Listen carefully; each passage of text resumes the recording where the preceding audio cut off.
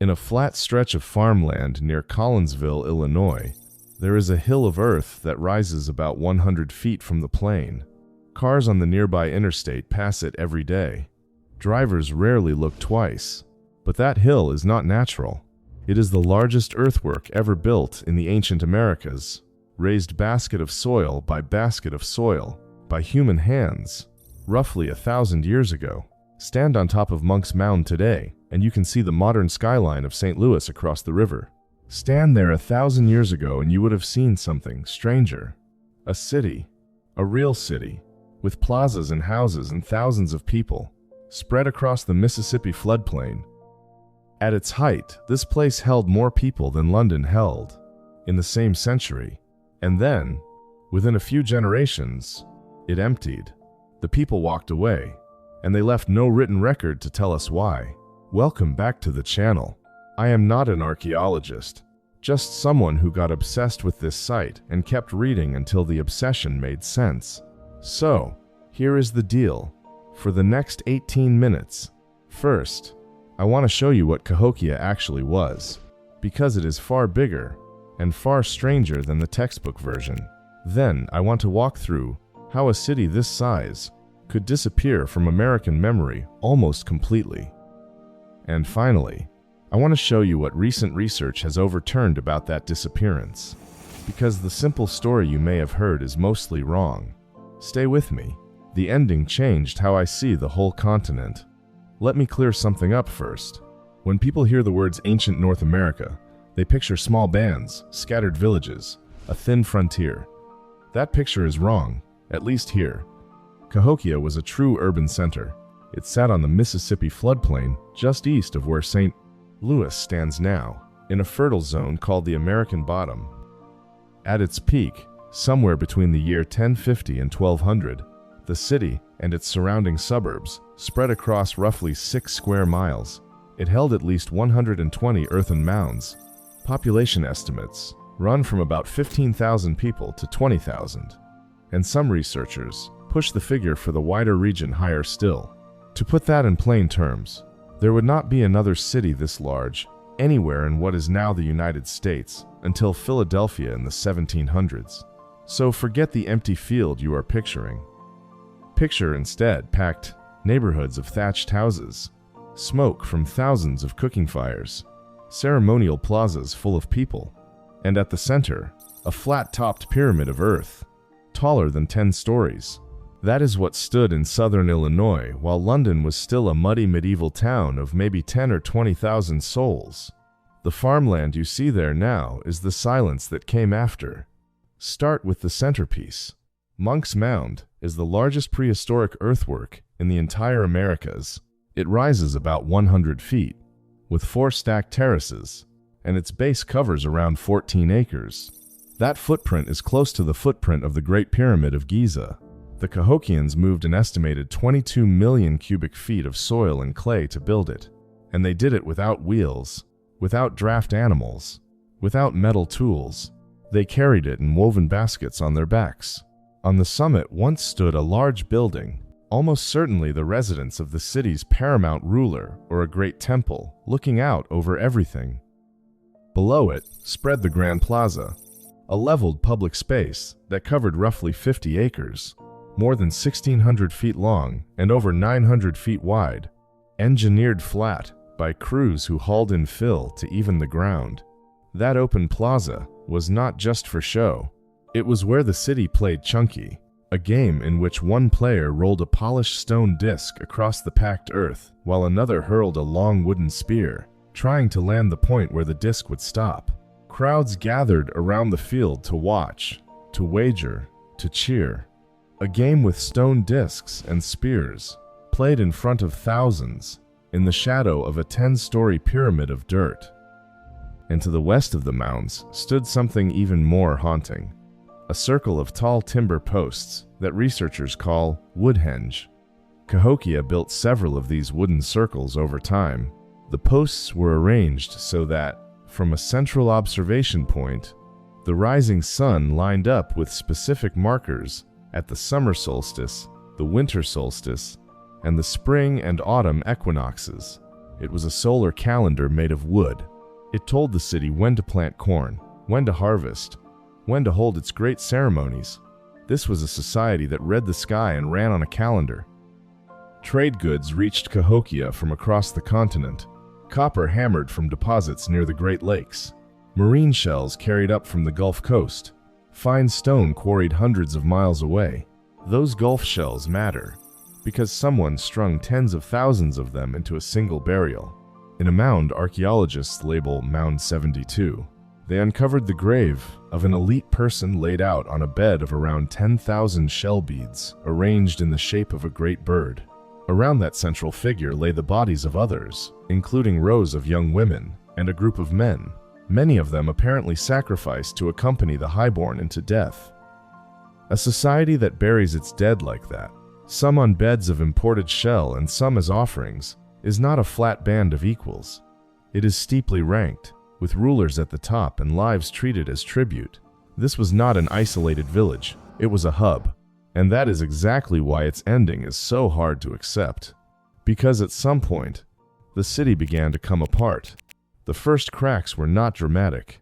There was no single disaster you can point to and say, that is the day it died. Instead, the signs creep in slowly across the archaeological layers. Around the year 1200, the population starts to slip.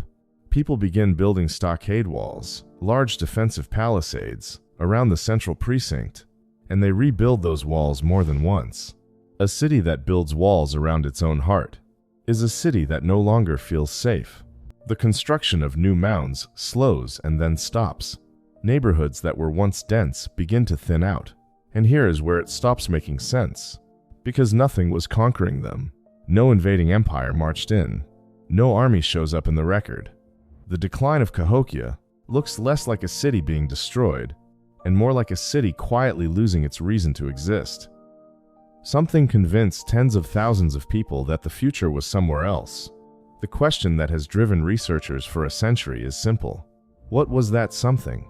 For a long time, the answers all pointed at the environment, and the most dramatic of them pointed at the river. Cahokia sat on a floodplain, which made its soil rich, but also made it vulnerable. A study published in the Proceedings of the National Academy of Sciences found that the city's rise lined up with a long dry period when large Mississippi floods were rare.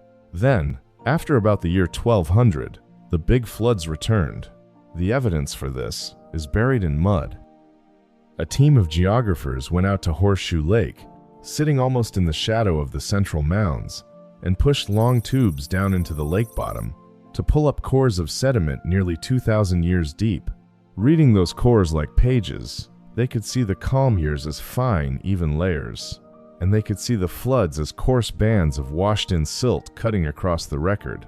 The cores showed the river had been quiet during the city's rise, then violent again after 1200, and they estimated that at the worst, the Mississippi rose more than 33 feet above its normal level. They even checked their work against a second lake, roughly 120 miles downstream, and the same flood layers showed up there. To a farming city built on bottomland, generations after the last great flood, water rising 33 feet would have been a catastrophe aimed straight at the food supply, drowning the corn the whole society leaned on. Other researchers pointed at drought instead, at shifting seasonal rains that starved the corn harvest. Still others blamed the people themselves, arguing they cut down too many trees, triggered erosion and local flooding, and degraded the very land that fed them. Disease was not the cause, by the way. Epidemic sickness from Europe did not arrive in this region until centuries later, long after the city was already gone. So you have a stack of competing theories: flood, drought, deforestation, exhaustion of the land. And for years, the deforestation story in particular was treated almost as settled. Then the science turned on it, but the flood was never the real headline. And here is the first surprise. Researchers at Washington University in St. Louis went looking for the physical evidence that Cahokians had wrecked their own environment. If the city had cut down its forests and triggered erosion, the soil layers around the mounds should show it. They dug, they sampled, they analyzed. and they found scant evidence for it. The signs of catastrophic, self-inflicted erosion simply were not there in the way the ecocide story required. Whatever drove people out, the data suggested, it was not that they foolishly chopped down all their trees and drowned themselves. That conclusion quietly dismantled one of the most popular explanations for the collapse. And it pointed at a deeper problem with how we had been telling this whole story. We had been treating Cahokia like a morality tale, a civilization that grew too big, got too greedy, and paid the price. The ground itself was not cooperating with that tale.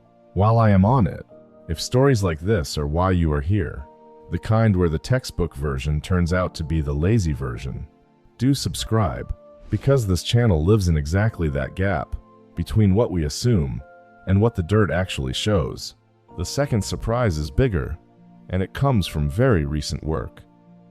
In 2024, archaeologists Natalie Mueller and Caitlin Rankin published a study examining whether a great drought really emptied Cahokia. They went down into the buried soils around the mounds and pulled out the carbon isotopes locked inside them, the chemical fingerprints that record what kind of plants once grew on that ground. The trick is that different plants leave different ratios of two forms of carbon, carbon-12 and carbon-13, when they die and decay into the dirt. Corn and dry country prairie grasses leave one signature. The leafy plants of a watered, worked field leave another. So, if a severe drought had hit in the late 1200s and starved the fields, the prairie grasses that thrive in dry conditions should have crept in and taken over, and that carbon ratio should swing hard in the soil. They measured it, layer by layer, straight through the years the city emptied. The shift was not there. The ratios stayed steady, with no sign of a prairie sweeping in over dying farmland. The expected signal of a drought takeover did not appear in the record.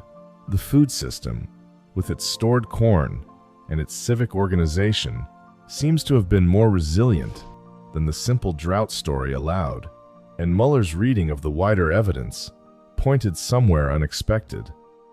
The depopulation may not have been a sudden flight at all.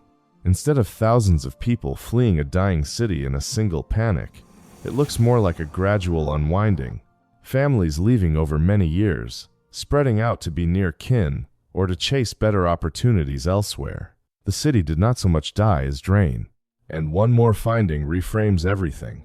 A separate study found that the region did not stay empty. By around the year 1500, a fresh wave of native people had moved back into the area. The land was never abandoned to ghosts. People returned. So what does that actually mean? When you put it together, it means Cahokia was probably not a failure. We love the word collapse because it is dramatic, and it fits the ruins in the grass mood. But a slow, chosen dispersal is not the same thing as a society falling on its face. The people of Cahokia made a series of decisions, over generations, that the centralized, mound-building, calendar-keeping life of the great city was no longer worth holding together. Maybe the floods made the risk too high.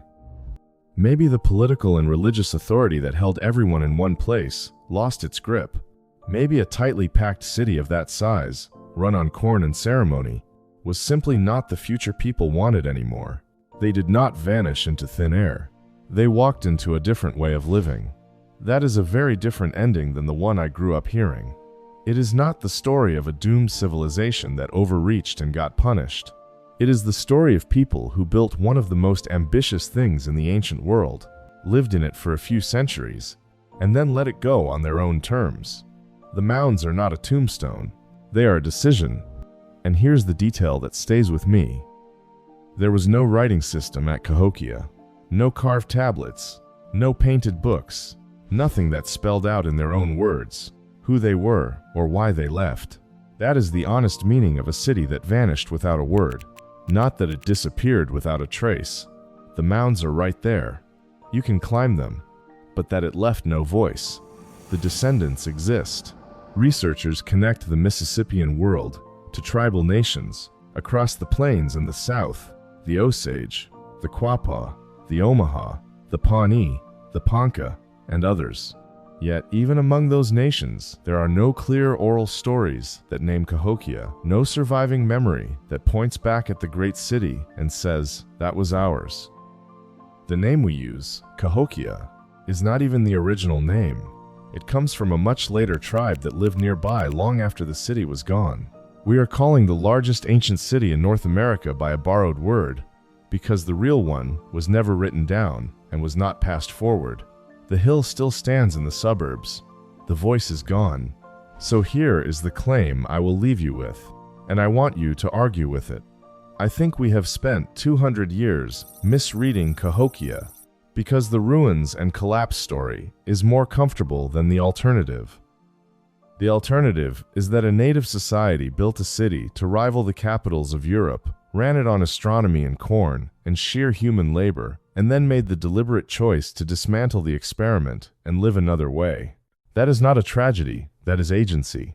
But maybe you read the flood evidence and the walls and the slow drain differently, and you think the city really was pushed out by forces it could not control. Tell me in the comments which Cahokia you believe in, the one that failed or the one that chose. I read the good arguments, and I pinned the sharp ones.